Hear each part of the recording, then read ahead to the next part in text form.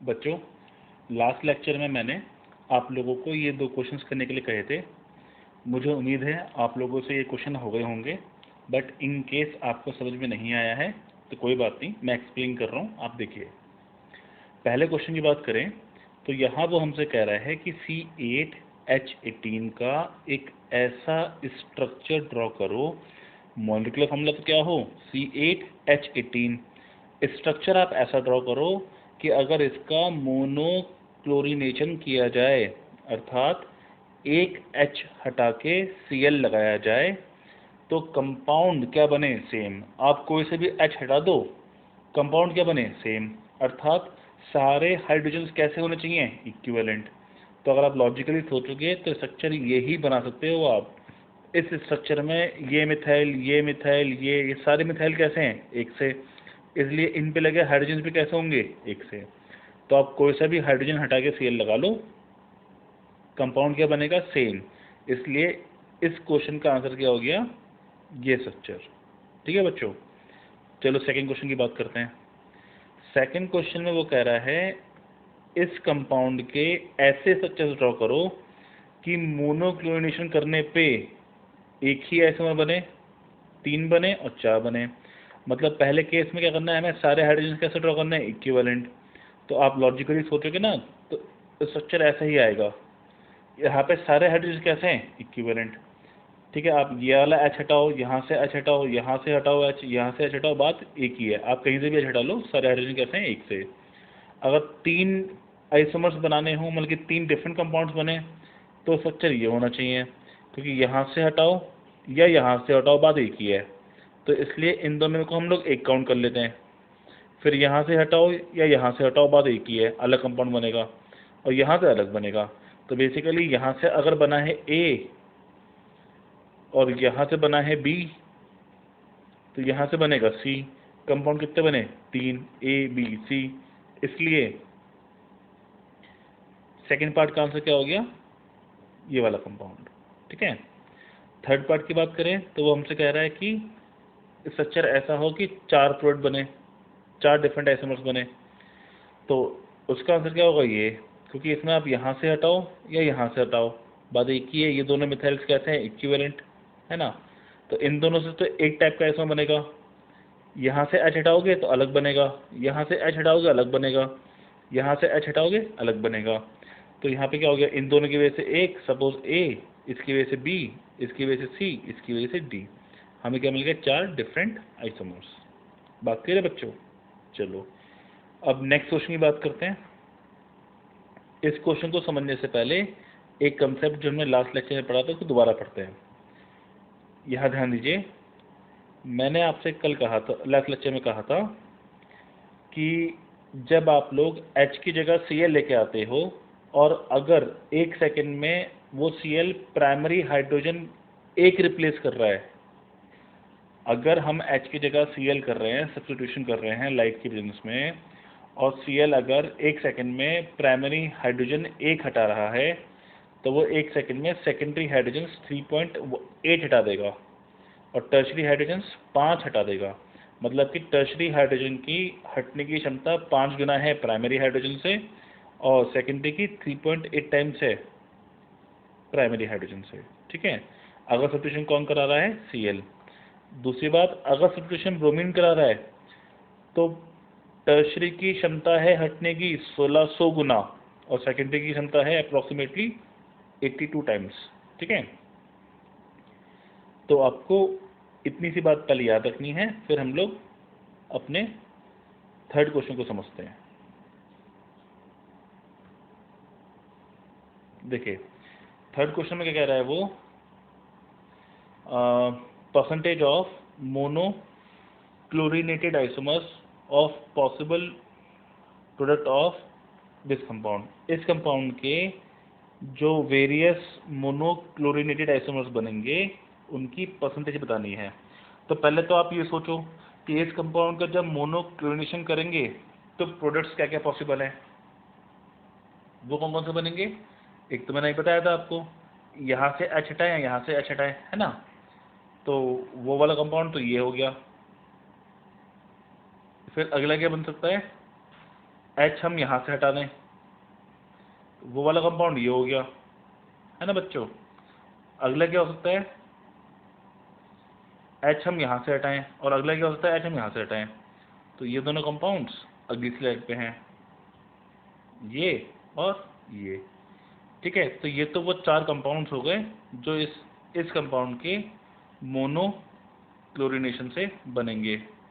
ठीक, अब बात ये आती है कि इनकी परसेंटेज क्या होगी। जब हम लोग मोनोक्लोरिनेशन करेंगे तो ठीक है, किसी कंपाउंड में यहाँ पे सब्स्टिट्यूशन होगा, किसी में यहाँ पे होगा, किसी में यहाँ पे होगा, किसी में यहाँ पे होगा, बात बिल्कुल ठीक है।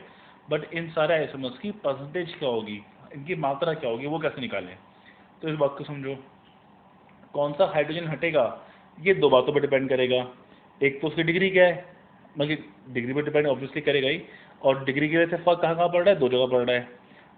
सॉरी, डिग्री की वजह से फर्क कहाँ पड़ेगा, उसकी रेट पे पड़ेगा। टर्शरी का रेट 5 गुना है प्राइमरी से, है ना, और सेकेंडरी का रेट 3.8 टाइम्स है। तो जब आप प्राइमरी को हटा रहे होगे तो प्राइमरी हाइड्रोजन से प्राइमरी कार्बन पे लगे हैं, तो इसके लिए रेट क्या लोगे आप, 1। ये टर्शरी है, इसके लिए रेट क्या लोगे, 5। ये सेकेंडरी है, इसके लिए रेट क्या लोगे, 3.8। ठीक है, और अगले वाला कैसा है, प्राइमरी, इसके लिए रेट क्या लोगे, 1। तो कौन सा हाइड्रोजन हटेगा, ईज ऑफ हाइड्रोजन सब्स्टिट्यूशन की जो है वो डिपेंड कर रही है उसके रेट पे, और रेट के साथ साथ ऐसे हाइड्रोजन कितने अवेलेबल हैं, क्योंकि जितने ज़्यादा हाइड्रोजन अवेलेबल हैं उतनी ही ज़्यादा प्रोबेबिलिटी है ना कि वो पहले हाइड्रोजन से टकरा के बन जाए या दूसरे हाइड्रोजन को सब्स्टिट्यूट कर दे। तो जितने ज़्यादा हाइड्रोजन हैं उस पर भी डिपेंड करेगी परसेंटेज, और रेट पे भी डिपेंड करेगी। तो इस वाले के लिए ऐसे कितने हाइड्रोजन अवेलेबल हैं जिनकी शिफ्टिंग से यही आइसोमर बनेगा, 6, या तो ये वाले 3 या ये वाले 3। बात समझ रहे हो आप लोग। सिमिलरली अगले आइसोमर को बनाने के लिए कितने हाइड्रोजन अवेलेबल हैं, ओनली 1, इंटू 1 करा इसलिए हम लोगों ने। सिमिलरली अगले आइसोमर को बनाने के लिए कितने हाइड्रोजन अवेलेबल हैं, 2, इसे इंटू 2 करा। यहाँ के लिए कितने अवेलेबल हैं, 3, इसे इंटू 3 करा। तो पॉइंट ये है क्योंकि कौन सा आइसोमर बनेगा उसकी परसेंटेज क्या होगी, ये डिपेंड 2 चीज़ों पे कर रहा है। एक उसके नंबर ऑफ हाइड्रोजन पे और रेट पे। तो हम क्या करेंगे, हम रेट और नंबर को मल्टीप्लाई करके पहले एक वैल्यू निकालेंगे। ठीक, फिर इन वैल्यूज को हम लोग ऐड कर देंगे, तो इन सबको ऐड करके आंसर आएगा 21.6। फिर हर एक के लिए इस वैल्यू जो उसकी इंडिविजुअल वैल्यू थी उसको 21.6 से मल्टीप्लाई कर देंगे 100 से, हमें क्या मिल जाएगी, हर एक की परसेंटेज, कि हर आइसोमर की परसेंटेज क्या होगी। बात सिंपल है, हमें करना क्या है, हर आइसोमर के लिए कितने हाइड्रोजन अवेलेबल हैं उनको मल्टीप्लाई करना है रेट से, सबके लिए उस वैल्यू को ऐड करना है और फिर डिवाइड करके इंटू 100 कर देना है, आंसर आ जाएगा। बात क्लियर है। चलो अब बात करते हैं आयोडीनेशन की। ये आप लोग 11th में पढ़ चुके हो कि आयोडीनेशन जो होता है एल्केन्स का वो रिवर्सिबल प्रोसेस है। तो इसको हम लोग कैरी आउट करते हैं in presence of oxidising agent. ठीक है, जिससे कि लिबरेटेड HI जो होगा वो ऑक्सीडाइज हो जाए। तो बेसिकली अगर एल्केन का आयोडीनेशन करें तो क्या बनेगा, CH3I, साथ में क्या बनेगा, HI। तो आपने ये जो HiO3 यूज़ करा है ये करेगा क्या, HI को क्या कर देगा, ऑक्सीडाइज, और HI अगर ऑक्सीडाइज हो जाएगा तो रिएक्शन बैकवर्ड नहीं जाएगी। ठीक है, तो मैकेनिज्म में मैंने ये लिखा है कि पहले क्या होगा, CH4 पे I2 रिएक्ट करके CH3I और HI बनाएगा, फिर HI से HiO3 रिएक्ट करके क्या बना लेगा, I2 और H2O। ठीक है, तो जब प्रोडक्ट बचेगा नहीं तो रिएक्शन बैकवर्ड नहीं जाएगी। ठीक है, तो ये तो बात थी आयोडीनेशन की। बात करते हैं फ्लोरीनेशन की। फ्लोरीनेशन हमने पढ़ा था 11th क्लास में कि एल्केन्स का डायरेक्ट फ्लोरीनेशन किया जाए तो वो क्या है, एक एक्सप्लोसिव प्रोसेस, क्योंकि फ्लोरीन बहुत ज़्यादा रिएक्टिव है, इस वजह से वो विग्रसली रिएक्ट करेगी, एनर्जी बहुत ज़्यादा निकलेगी और एक्सप्लोजन भी हो सकता है। तो इसलिए हम क्या करते हैं, हम लोग फ्लोराइड्स बनाने के लिए पहले क्लोराइड्स, ब्रोमाइड्स या आयोडाइड्स बना लेते हैं। ठीक है, तो पहले हम लोग RX बना लेंगे और इस RX को हम ट्रीट कर देंगे हैवी मेटल की फ्लोराइड से। ठीक है, जो कि क्या हो सकते हैं, AgF, Hg2F2, SbF3, antimony trifluoride, कोई भी हैवी मेटल, बल्कि ऐसा मेटल जिनके वेट्स बहुत ज़्यादा होते हैं, हैवी मेटल के फ्लोराइड्स ले लो, उनके बाद उनको हीट कर दो तो X की जगह क्या रहेगा, फ्लोरीन, और हमारा AgF या HgX2 वगैरह क्या रहेंगे हमारे अलग। ठीक है, तो आपने फ्लोराइड्स बनाना भी सीख लिया। एल्केन्स में अगर फ्लोरीन लेके आना है तो आपको पहले से Cl, ब्रोमीन या आयोडीन लेके आनी पड़ेगी। आयोडीन लाना हमने इस लेक्चर में सीखा है, और क्लोरीन और ब्रोमीन लाना हमने लास्ट लेक्चर में सीखा था। ठीक है बच्चों, चलो बात करते हैं एलाइलिक हैलोजिनेशन की। जैसा हम लोग लास्ट लेक्चर में सीख चुके हैं कि डबल बॉन्डेड कार्बन के अगले कार्बन को हम क्या बोलते हैं, एलाइलिक कार्बन। तो एलाइलिक हैलोजिनेशन का मतलब क्या हुआ, डबल बॉन्डेड कार्बन के अगले कार्बन पे हमें हैलोजन लेकर आना सीखना है। जैसे ये कंपाउंड है तो इसमें ये डबल बॉन्ड है, अगले कार्बन कौन सा होगा, ये वाला, तो हमें इस कार्बन पे हैलोजन लेके आना सीखना है। तो ये काम हम कैसे करेंगे, इस काम करने के दो तीन तरीके हैं। या तो हैलोजन के साथ इसे हाई टेम्परेचर पे हीट कर दो, मतलब 400-500 डिग्री सेल्सियस, साथ में क्या ले लो, Cl2। ठीक है, यहाँ पे Cl2 लिखने से रह गया है, आप लोग समझ जाना। हैलोजन के साथ हीट कर दो इसे बहुत ज़्यादा टेम्परेचर पे, तो क्या होगा, एलाइलिक पोजीशन पे क्या रहेगा, Cl। या आप किसी एल्कीन को SO2Cl2 के साथ हीट कर दो। SO2Cl2 को बोलते हैं हम लोग सल्फ्यूरिल क्लोराइड, सल्फ्यूरिल क्लोराइड। ठीक है, SOCl2 को हमने लास्ट लेक्चर में बोला था थायोनिल क्लोराइड, वो क्या था, SOCl2। ये क्या है, SO2Cl2, ये कहलाएगा सल्फ्यूरिल क्लोराइड। तो किसी भी एल्कीन को आप सल्फ्यूरिल क्लोराइड के साथ हीट कर दो तो भी क्या होगा, एलाइलिक पोजीशन पे Cl आ जाएगा H हट के। ठीक है, या आप इस पर डाल दो NBS। NBS होता है एन ब्रोमो सक्सीनामाइड। सक्सीनिक एसिड होता है ना, CH2 बॉन्ड CH2, और दोनों CH2 पे क्या लगा होता है, कार्बोक्सिलिक एसिड। तो सक्सीनिक एसिड का पहले हम बनाते हैं सक्सीनामाइड, वो हम बाद में सीखेंगे कैसे बनता है, और उसमें ब्रोमीन लगाते हैं तो बन जाता है एन ब्रोमो सक्सीनामाइड। ठीक है, तो इसका स्ट्रक्चर हम बाद में पढ़ेंगे NBS का। ठीक, फिलहाल अगर हम लोग एल्कीन पे NBS डाल दें, एन ब्रोमो सक्सीनामाइड डाल दें, तो भी एलाइलिक पोजीशन से H हट के क्या रहेगा, ब्रोमीन। ठीक है, बात क्लियर है बच्चों। अच्छा, दूसरी बात ये आपको ध्यान होगा, हमने 11वीं क्लास में सीखा था कि किसी एल्कीन पे हैलोजन डाल दें तो, और नॉन पोलर सॉल्वेंट लें, तो हैलोजन क्या होगा, वहाँ पाई बॉन्ड टूट के ऐड हो जाएगा, दोनों ही कार्बन पे क्या रहेगा, Cl और Cl। ये बात हम पहले सीख चुके हैं, ये एलाइलिक हैलोजिनेशन का पार्ट नहीं था, बट हमने फिर भी कंसेप्ट क्लियर करने के लिए यहाँ हाथ का इसको पढ़ लिया। ठीक है बच्चों, तो इस लेक्चर में हम लोगों ने अभी तक आयोडीनेशन, फ्लोरिनेशन और एलाइलिक हैलोजिनेशन सीख लिया। बात करते हैं addition of HX on alkene, मतलब कि एल्कीन पे HX का एडिशन। इससे भी क्या होगा, H और X ऐड हो जाएंगे, डबल बॉन्ड टूट जाएगा, पाई बॉन्ड टूटेगा बेसिकली, वहाँ पे एक कार्बन पे H आ जाएगा और एक कार्बन पे हैलोजन आ जाएगा, तो क्या बन जाएगा हमारा हेलो एल्केन्स। ठीक है, बट इसको हम डिटेल में 11वीं क्लास में पढ़ चुके हैं, है ना बच्चों। तो इसमें शॉर्ट में समझ लेते हैं इसको। When unsymmetrical reagent adds on unsymmetrical alkene, then such type of electrophilic addition reaction obey Markovnikov rule, which states that negative part of the reagent goes to that carbon of alkene which has less number of hydrogen। अर्थात जब alkene भी कैसी हो, unsymmetrical, मतलब कि double bond के left और right का पार्ट एक सा ना हो, ठीक है, और रिएजेंट भी कैसा हो, अनसिमेट्रिकल, मतलब रिएजेंट का पॉजिटिव पार्ट और नेगेटिव पार्ट एक सा ना हो, तो ऐसे केस में जब आपको एडिशन करना होगा तो आप मार्कोनिकोव रूल फॉलो करेंगे, जो क्या कहता है, रिएजेंट का नेगेटिव पार्ट उस कार्बन पर जाएगा जिस पर हाइड्रोजन कम है। ठीक है, बट मैंने आपको क्या सिखाया था कि आपको क्या रखना है कि जब भी अनसिमेट्रिकल एल्कीन पे अनसिमेट्रिकल रिएजेंट ऐड होगा तो आप क्या करोगे, आप पॉजिटिव पार्ट रिएजेंट का उस कार्बन पे भेजोगे जिस कार्बन पे पॉजिटिव पार्ट के जाने से जो कार्बोकेटाइन बने वो ज़्यादा स्टेबल बने।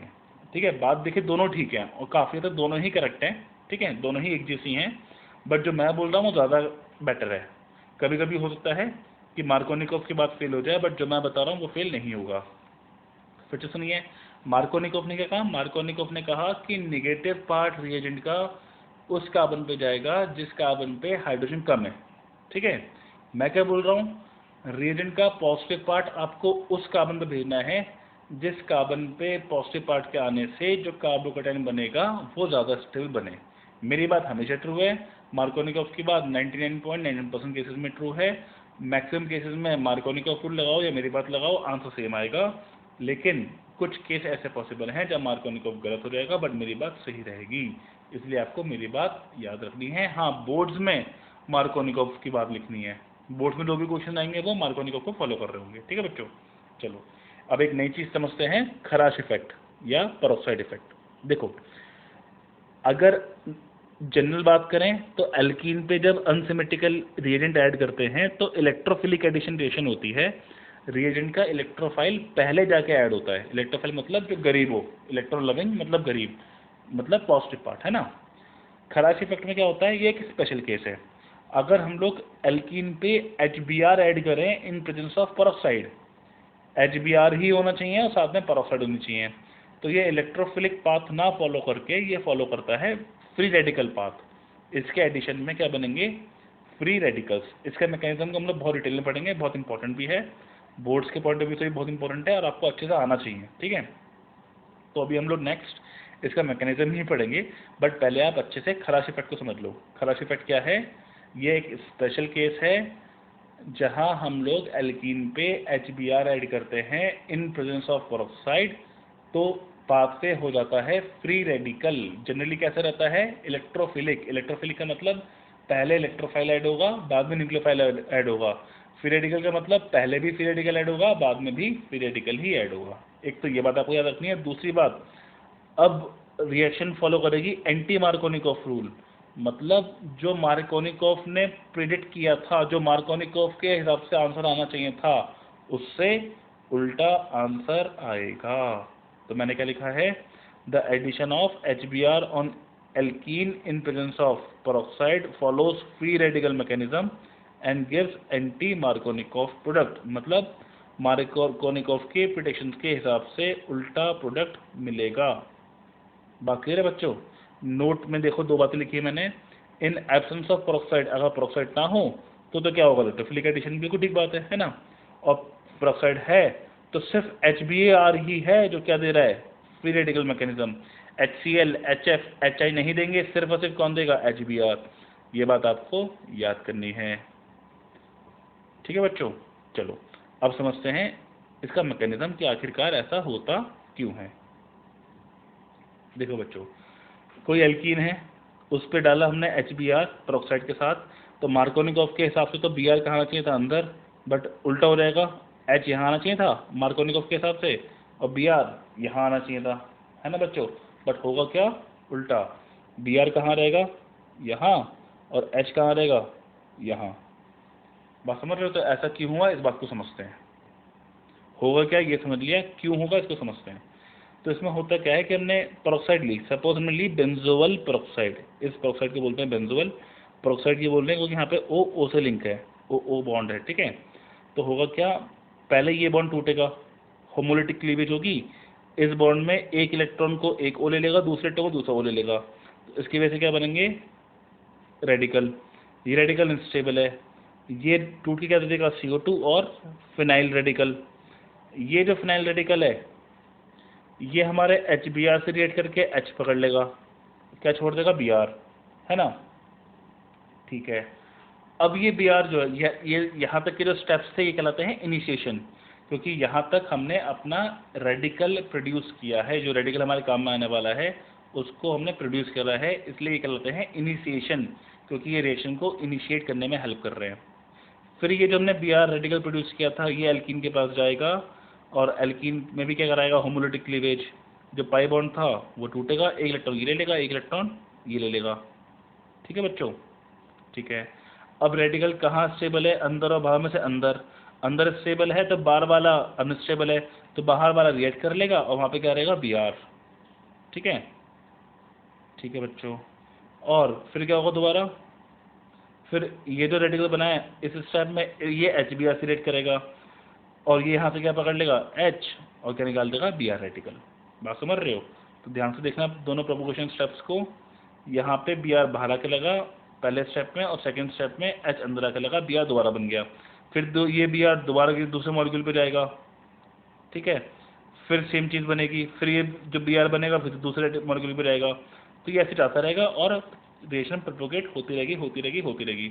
टर्मिनेशन के लिए क्या होगा, टर्मिनेशन मतलब खत्म हो जाना, तो टर्मिनेट कैसे होंगे रिएक्शन, जो दो रेडिकल्स, कोई से भी दो रेडिकल्स आमने सामने आएंगे और जुड़ जाएंगे आपस में, वो दो रेडिकल्स कोई से भी हो सकते हैं, ठीक है। ओके, अगर आप ध्यान से देखो तो प्रोपोगेशन स्टेप में मैंने दोनों ही प्रोपोगेशन स्टेप को नेगेटिव डेल्टा एच से दिखाया है, मतलब दोनों ही स्टेप कैसे होंगे, एक्सोथर्मिक। तो सिर्फ एच बी आर के केस में जब हम लोग एच बी आर लेते हैं तभी ये दोनों स्टेप्स कैसे आते हैं, एक्सोथर्मिक।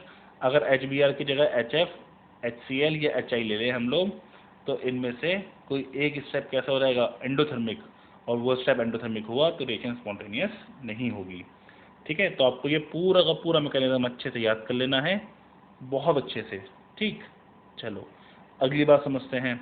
इस पे अगर HCl डालेंगे तो ऑब्वियसली सीएल अंदर आएगा, मार्कोनी रूल फॉलो होगा, है ना बच्चों।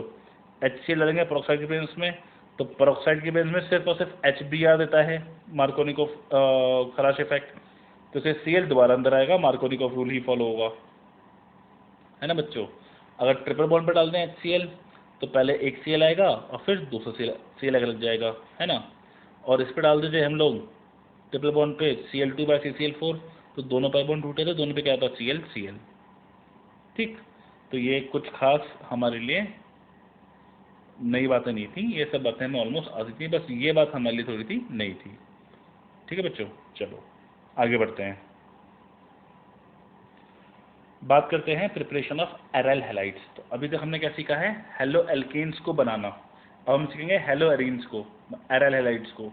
मतलब हम लोग अब एरोमेटिक कार्बन पे, एरोमेटिक रिंग का जो कार्बन है वहाँ पे सील लाना सीखेंगे। तो इसमें पहला केस कौन सा है, बोरोडिन हुंडसीकर रिएक्शन, ये हम लोग लास्ट लेक्चर में सीख चुके हैं। इसमें क्या कहते हैं हम लोगों ने, any silver salt of carboxylic acid को ब्रोमीन और क्लोरीन के साथ हीट किया था, ब्रोमीन लेंगे या क्लोरीन लेंगे, रिफ्लेक्स करा था मैं CCl4 के साथ, और जहाँ पे भी कार्बोक्सिलिक एसिड का सिल्वर सॉल्ट लगा हुआ था वहाँ पे क्या रहेगा, हेलोजन। तो अगर वो silver salt of carboxylic acid benzene पे लगाए तो बेंजीन पे क्या रहेगा, हेलोजन, है ना। तो इसलिए हम लोग इससे हेलो एल्केन भी बना सकते हैं और हेलो एरीन्स भी बना सकते हैं। तो फर्स्ट सेशन हमारी दोनों जगह में क्या हो गई, कॉमन, ठीक है बच्चों। सेकंड की बात करते हैं, सेकंड क्या है, रेस्टिक्स प्रोसेस। ये एक स्पेसिफिक रिएक्शन आपको याद करना है कि बेंजीन रिंग को HCl गैस के साथ हाफ ऑक्सीजन के साथ हीट करेंगे, हाफ जस्ट एक स्टोइकोमेट्रिक रिप्रेजेंट कर रहा है, ठीक है, और CuCl2 के साथ हीट कर देंगे हम लोग, तो क्या बन जाएगी, क्लोरोबेंजीन, ठीक। तो ये एज इट इज आपको याद रखना है, इसका नाम है रेस्टिक्स प्रोसेस, ठीक है। तीसरी बात करते हैं halogenation of benzene in presence of halogen carrier, ठीक है। तो बेंजीन ले लो आप लोग, हेलोजन ले लो साथ में, अब FeCl3 ले लो या AlCl3 ले लो, है ना, इनके साथ अब रिएक्शन करा दो, क्या बन जाएगी अभी, क्लोरोबेंजीन। ये इन रिएक्शन को भी आपको याद रखना है। FeCl3 के साथ जनरली डार्क मेंशन होता है, मतलब ये रिएक्शन हम लोग अंधेरे में कराते हैं, लाइट यूज़ नहीं करते, ठीक है। और ये तो आप कैसे भी करा लो, कोई फर्क नहीं पड़ता, ठीक है। बस AlCl3 कैसा होना चाहिए, एनहाइड्रस, ठीक है। तो बच्चों आई थिंक ये रिएक्शंस भी हम लोगों ने 11वीं क्लास में पढ़ रखी थी, हमारे लिए कुछ खास नई रिएक्शंस ये नहीं है, हमने इनको I think electrophilic substitution reactions में पढ़ा था, है ना बच्चों, ठीक है। अब बात करते हैं सैंडमेयर और गटरमैन रिएक्शन की, ये बहुत इंपॉर्टेंट रिएक्शंस हैं, इनको अच्छे से याद रखना। ये जो रिएक्शन मैंने लिखी है ये सैंडमेयर या गटरमैन नहीं है, सैंडमेयर गटरमैन अगली स्लाइड में है, बट सैंडमेयर को समझने के लिए पहले आपको डाई एजोटाइजेशन रिएक्शन को समझना पड़ेगा। इसका नाम क्या है, डाई एजोटाइजेशन। ये क्या होती है, अगर एनिलीन पे हम लोग नाइट्रस एसिड डाल दें, नाइट्रस एसिड क्या होता है, HNO2, ठीक है। इस HNO2 को हम कैसे बना सकते हैं, NaNO2 की रिएक्शन करा के HCl के साथ। मैं क्या बोल रहा हूँ, एनिलीन पे अगर नाइट्रस एसिड डाल दें जो कि होता है HNO2, ठीक, HNO2 को हम कैसे बनाते हैं, NaNO2 के साथ HCl डाल के, और टेम्परेचर रखते हैं कम, 0 से 5 डिग्री सेल्सियस। तो एनिलीन पे अगर नाइट्रस एसिड डाल दिया जाए कम टेम्परेचर पे तो बन जाता है N2Cl, कहलाता क्या है, बेंजीन पे N2Cl कहलाएगा बेंजीन डाईएजोनियम क्लोराइड, बेंजीन पे क्या है, डाईएजो ग्रुप, है ना, ठीक है। और इसको सिंपली डाईएजोनियम सॉल्ट भी कह देते हैं, ठीक। तो आपको डाईएजोटाइजेशन रिएक्शन याद रखनी है, ये बहुत इंपॉर्टेंट है, एग्जाम्स में आती ही आती है। अब बात करते हैं सैंडमेयर और गटरमैन की, ठीक है। तो बच्चों देखो N2Cl बनाना हम सीख चुके हैं, तो इस पे अगर CuCl के साथ HCl या CuBr के साथ HBr या CuCN के साथ HCN डाल दिया जाए, तो अगर Cl यूज़ करेंगे तो बेंजीन पे N2Cl की जगह Cl आ जाएगा, Br यूज़ करेंगे तो Br आ जाएगा, Cn रखा होगा तो Cn आ जाएगा, ठीक है, तो आप N2Cl की जगह Cl Br या Cn ले आओगे और रिएक्शन कहलाएगी सेंड मेयर। ठीक, क्या कहलाएगी? Sandmeyer reaction. ठीक है बच्चों। सिमिलरली गटरमैन रिएक्शन में क्या होता है, अगर आप बेंजीन डायजोनियम पे Cu/HCl डाल दो या Cu/HBr या Cu/KCN, ठीक, यहाँ आप लोगों ने CuCl लिया था, यहाँ पे सिर्फ कॉपर ले रहे हो आप लोग, रिएक्शन बिल्कुल सेम है। अगर Cl लिया है, HCl लिया है तो HCl आ जाएगा, HBr लिया है तो ब्रोमीन आ जाएगी, HCN लिया है तो साइनाइड आ जाएगा, बट रिएक्शन का नाम बदल जाएगा, रिएक्शन आपको कहलाएगी गटरमैन रिएक्शन। ठीक है, तो आपने सेंडमैन को सीखा, आपने गटरमैन को सीखा। इससे अलग आपको याद रखना है, अगर बेंजीन डायजोनियम सॉल्ट पे Ki डाल दें, पोटेशियम आयोडाइड, तो N2Cl की जगह क्या रहेगा? आयोडीन। ठीक, तो आपने N2Cl की जगह Cl और Br लाना भी सीखा और आपने आयोडीन लाना भी सीख लिया। अगली बात समझते हैं, अगर N2Cl पे हम लोग HbF4 डाल दें तो क्या बन जाएगा? पहले N2BF4, जिसको हीट करने से, सिर्फ मात्र हीट करने से क्या होगा? N2Cl की जगह क्या रहेगी? फ्लोरीन। ठीक है, क्या बन जाएगी? फ्लोरोबेंजीन। जहाँ N2Cl था उसकी जगह क्या रहेगा? फ्लोरीन। ठीक है, और रिएक्शन कहलाएगी बाल-शीमैन रिएक्शन। ठीक, ये नाम आपके सिलेबस में नहीं है, ठीक है, बट आपको, आप चाहो तो इसको याद रख सकते हो, रिएक्शन कहलाएगी बाल-शीमैन रिएक्शन। ठीक, और अगर N2BF4 को आप सिंपली हीट कर दो NaNO2 के साथ कॉपर रख के, कॉपर प्लस NaNO2 से हीट करने पे क्या रह गया? NO2। ठीक है, तो आपको ये रिएक्शन भी याद रखनी है। ठीक है, तो आपने सेंडमेयर सीखी, आपने गटरमैन सीखी, आपने बेंजीन पे आयोडीन लाना सीखा, आपने बेंजीन पे फ्लोरीन लाना सीखा, आपने N2Cl से नाइट्रोबेंजीन बनाना भी सीख लिया। ये सारी रिएक्शन इंपॉर्टेंट थी।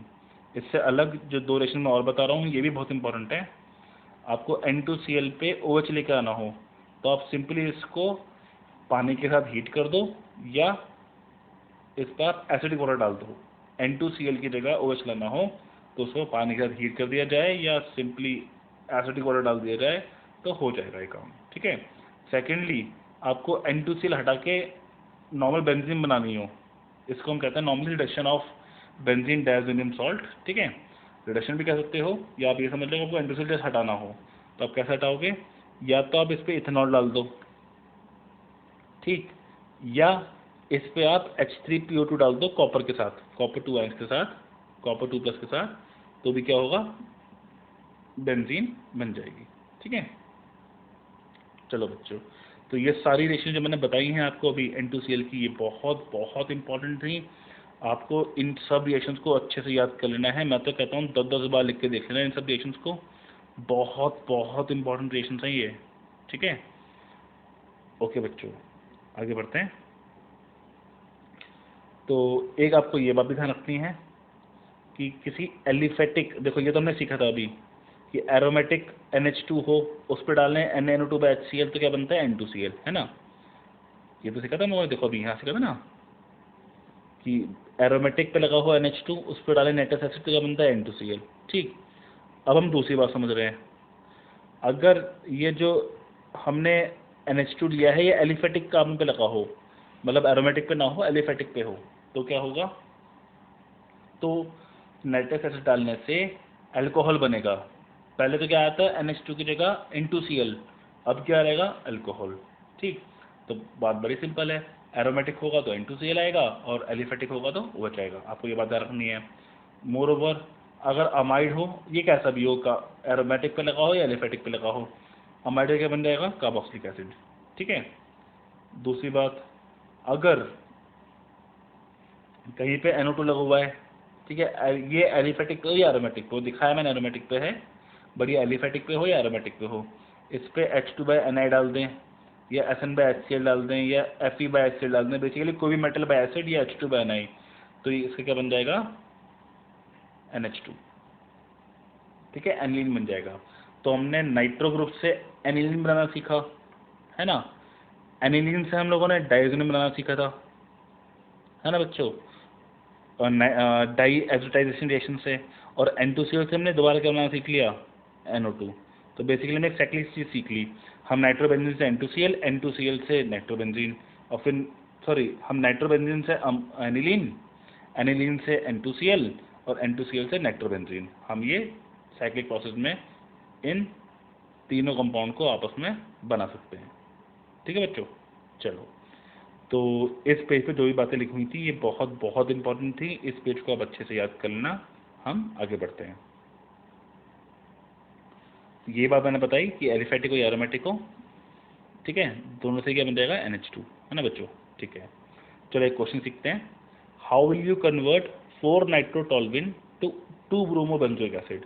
मतलब कि 4 नाइट्रोटोल्यूइन, टोल्यूइन की 4th पोजीशन पे क्या है नाइट्रो ग्रुप, इससे बनाना है 2 ब्रोमोबेंजोइक एसिड। ठीक है, तो देखो पहले सोचो कि क्या हटाना है और क्या लाना है और क्या कन्वर्ट करना है।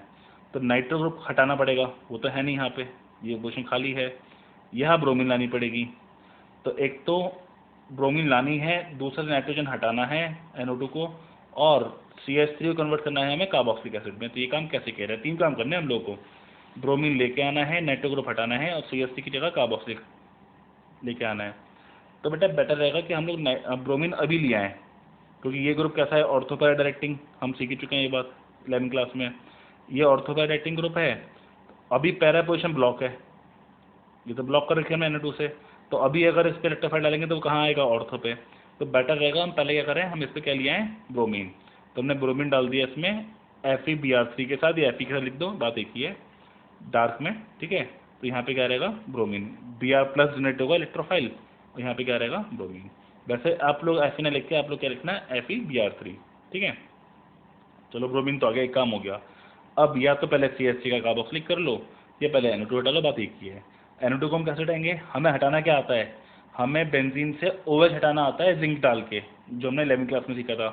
बेंजीन पे OH लगा हो तो उस पर डाल दो जिंक डस्ट, OH हट जाता है। ठीक है, और मैंने क्या बोला था, किसी एरोमेटिक कार्बन पे OH लगा हो उस पर डाल दो जिंक, OH ऐसे हट जाएगा जैसे गधे के सिर से सींग, याद होगा ना आप लोगों को। ठीक है, तो आप एरोमेटिक से OH हटाना जानते हो, बट OH तो यहाँ है नहीं, और NO2 का आप OH बना नहीं पाओगे। वैसे बना सकते हो आप, है ना। आप NO2 का पहले क्या बना लो, NH2, NH2 का क्या बना लो N2Cl, और फिर N2Cl से क्या बना लिया OH। अब वो काम भी कर सकते हो, या आपको N2Cl हटाना भी आता है, तो बेटर रहेगा आप डायरेक्टली N2Cl हटा लो, इसका पहले N2Cl बनाओ फिर वो हटा लो। बट आप चाहो तो पहले N2Cl का OH बना के उसे भी हटा सकते हो, बट बेटर रहेगा आपको क्या करना है, आप पहले इसका N2Cl बनाओ फिर उसका हटाना। कैसे, आप पहले इसका बनाओ NH2, है ना, SN इसे रिड्यूस करके SN/HCl से, फिर आप NH2 का बनाओ डाइजोनियम, फिर इसको क्या कर दो रिड्यूस H3PO2 से, हमने अभी सीखा है ना। तो ये हट जाएगा। अब आपको क्या करना है, इसको सिर्फ COH लेके आना है। तो ये बात हमने सीखी थी 11वीं क्लास में कि बेंजीन पे इस कार्बन पे CH हो, बाकी 2 वैलेंसी कुछ भी हो, अगर इसमें हम लोग KMnO4 डाल दें तो ये कार्बोक्सिलिक एसिड बन जाता है। तो मैंने क्या करा, CH3 को कार्बोक्सिलिक करने के लिए मैंने एसिडिफाइड KMnO4 डाल दिया, कार्बोक्सिलिक बन जाएगा। ठीक, तो मैंने ब्रोमीन भी लिया ही, मैंने NO2 को भी हटा दिया, मैंने CH3 का कार्बोक्सिलिक भी कर दिया, हमारा पर्पस सॉल्व हो गया। ठीक है बच्चों, चलो जैसे कि मैंने आपको लास्ट लेक्चर में कहा था, हमें ऑर्गेनिक में करना क्या है, हर कंपाउंड की पहले प्रॉपर्टीज़ पढ़नी है, फिर प्रिपरेशन पढ़नी है, फिर उनकी प्रॉपर्टीज़ पढ़नी है। तो हमने प्रिपरेशन तो पढ़ ली, हेलो एल्कीन्स की भी, हेलो एरीन्स की भी। अब बात करते हैं प्रॉपर्टीज़ की। ठीक है, तो पहले एल्काइल हैलाइड्स की बात करते हैं। तो एल्काइल हैलाइड्स पहली बात तो कलरलेस होते हैं। ठीक है, जब वो प्योर होंगे तो वो कलरलेस होंगे, इम्प्योरिटीज हैं तो बात अलग है। दूसरी बात, ब्रोमाइड्स और iodides develop colour when expose to light. हाँ, ब्रोमाइड्स और आयोडाइड्स लाइट की वजह से में कलर रखते हैं, मतलब कलर उनमें डेवलप हो जाता है। ठीक है, अगली बात, हायर मेंबर्स आर लिक्विड्स और सॉलिड। जनरली तो ये गैसेस होते हैं छोटे मोटे, CH3Cl। ठीक है, छोटे वाले जो हायर मेंबर्स होंगे इसके वो लिक्विड होंगे, और उनके भी हायर कैसे होंगे, सॉलिड्स होंगे। अगली बात, they have dipole dipole interactions and van der Waals forces are stronger than hydrocarbon. इनमें जो फोर्सेज है ना, अभी देखो हैलोजेंस हैं तो डेल्टा प्लस डेल्टा माइनस तो आएगा ही, तो इनमें जो फोर्सेज हैं, अब डायपोल डायपोल इंटरेक्शंस कह लो या वन डर वाल कह लो, वो फोर्सेज जो होंगी वो नॉर्मल एल्केन से स्ट्रॉन्ग होगी, तो ऑब्वियस सी बात है ना। ठीक है, अगली बात, for same alkyl group boiling point of alkyl halides decreases in the order ऐसे, मतलब कि अगर अल्काइल ग्रुप सेम हो तो आयोडाइड का बॉइलिंग पॉइंट ज़्यादा होगा ब्रोमाइड से, ब्रोमाइड ज़्यादा होगा क्लोराइड से, क्लोराइड से ज़्यादा होगा फ्लोराइड से। ऑब्वियस सी बात है, क्योंकि भाई बॉइलिंग पॉइंट तो हमारा डिपेंड करता है मॉलिक्यूलर वेट पे। तो आयोडाइड का मॉलिक्यूलर वेट ज़्यादा है, ब्रोमाइड का कम है, क्लोराइड का और भी कम है, फ्लोराइड का और भी कम है ना। एक तो मॉलिक्यूलर वेट भी घट रहा है लेफ्ट राइट जाने पे, तो बॉइलिंग पॉइंट घटना था। मोरोवर साइज भी घट रहा है, साइज घटने की वजह से वन डबल फोर्सेस घटेंगी, तो इसलिए भी बॉइलिंग पॉइंट तो घटना ही था, है ना बच्चों। ठीक है, दूसरी बात, अगर ब्रांचिंग बढ़ेगी तो सरफेस एरिया घटेगा। जो हमारा अल्काइल ग्रुप है उसमें अगर ब्रांचिंग बढ़ी तो ब्रांचिंग बढ़ने की वजह से सरफेस एरिया घटेगा, सरफेस एरिया घटेगा तो इंटरेक्शंस कम हो जाएंगी, इंटरेक्शंस कम हो जाएंगी तो बॉइलिंग पॉइंट कम हो जाएगा। तो ये बात मैंने यहाँ लिखी है कि ब्रांचिंग बढ़ेगी तो बॉइलिंग पॉइंट घटेगा। ठीक है, अच्छा अगली बात समझो अच्छे से, ये थोड़ी इंपॉर्टेंट है। यहाँ पे क्या होता है हेलो एल्केन्स हेलोजीन्स में, जो हमारा पैरा आइसोमर है उसका मेल्टिंग पॉइंट ज़्यादा होता है ऑर्थो से, और ऑर्थो ज़्यादा होता है मेटा से। क्यों, यह बात हम सीख चुके हैं कि मेल्टिंग पॉइंट दो बातों पर डिपेंड करता है, एक तो इंटरमोलकुलर फोर्सेस पे और सिमेट्री पे। ये ज़्यादा सिमेट्रिकल है तो इसकी फिटिंग अच्छे से होगी, क्रिस्टल अच्छा बनेगा, पैकिंग अच्छी होगी, पैकिंग अच्छी होगी तो चीज़ें क्लोज होंगी आपस में, वो पार्टिकल्स क्लोज होंगे तो इंटरेक्शन ज़्यादा रहेगी इनडायरेक्टली, तो मेल्टिंग पॉइंट बढ़ जाएगा। तो ये ज़्यादा सिमेट्रिकल है, ये कुछ ज़्यादा ही अटपटा है, ये फिर भी हल्का फुल्का सिमेट्रिकल दिख रहा है हम लोगों को, ये और भी ज़्यादा अटपटा है। ठीक है, तो होगा क्या, पैरा आइसोमर का मेल्टिंग पॉइंट ज़्यादा होता है ऑर्थो से और ऑर्थो का ज़्यादा होता है मेटा से। ठीक है, ये आपको याद रखनी है ये बात। अगली बात, इनकी डेंसिटी पानी से ज़्यादा होती है, तो पानी के साथ इनको अगर मिक्स किया जाए तो ये नीचे रहेंगे, पानी ऊपर रहेगा। ठीक है, इनकी सॉल्युबिलिटी की बात की जाए पानी में, तो क्योंकि इनमें डायपोल डायपोल इंटरेक्शंस हैं तो हल्का फुल्का सॉल्युबिलिटी शो कर सकते हैं, बट हाइड्रोजन बॉन्ड भी शो करेंगे नहीं, तो इसलिए कुछ खास सॉल्युबल नहीं होंगे, बहुत स्लाइटली सॉल्युबल होंगे ये पानी में। पानी खुद से ही हाइड्रोजन बॉन्ड बनाना पसंद करेगा, इनसे इंटरेक्ट करना पसंद नहीं करेगा। ठीक है बच्चों, ओके। लास्ट बात, हाँ ये पानी में सॉल्युबल तो नहीं होते बट ऑर्गेनिक कंपाउंड्स में सॉल्युबल होते हैं। ठीक है, तो बच्चों आज इस लेक्चर में हमने काफ़ी चीज़ें सीखी हैं, जिन जिन बातों पे मैंने बहुत ज़्यादा एम्फेसाइज किया था कि ये इंपॉर्टेंट है बहुत ज़्यादा, उनको आप अच्छे से पढ़ लेना, याद कर लेना, और मेरे साथ साथ आप नोट्स बनाते चलो, जो डाउट्स आ रहे हैं वो आप मेरे से व्हाट्सएप पे या कॉल के थ्रू पूछ सकते हो। ठीक है बच्चों।